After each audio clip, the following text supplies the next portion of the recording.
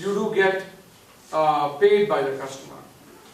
And the natural tendency is, let's say, you charge a customer X dollars and your expenses were Y. The difference is the money that you have for you to do whatever you want.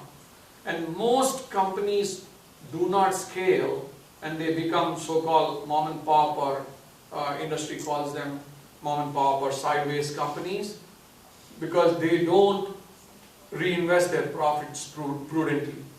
And as Sanjay told you earlier, right, both the companies that I built, that every dollar that we make was reinvested back in a prudent manner, thinking like how you would have potentially raised a venture capital money and how you'd be investing it yourself. So you become your own venture capital through that process.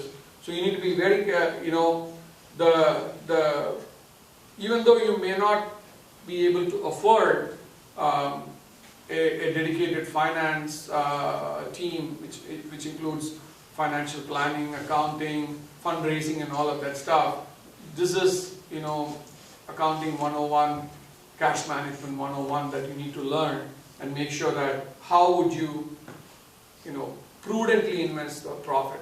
Prudent is very, very important. Manage your cash effectively. So what happens is, time and again you get a pot of money. The impulse many times for many of us is, once you find a pot of cash, hey, can we splurge on something that we've been always thinking of buying? But you should stop that impulse splurge at all. You should just say, hey, how can I use this cash? If you really take a look at venture capital money, so they will give you $10 million and they insist that you need to follow a certain spending plan and you have a 6 months or 9 months life cycle. You should apply the same principle when you're bootstrapped and you manage the cash. That's very, very important.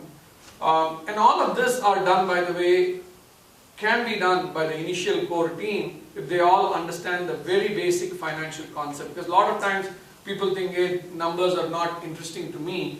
But if you want to bootstrap a company, having the basic accounting and finance understanding is very, very important.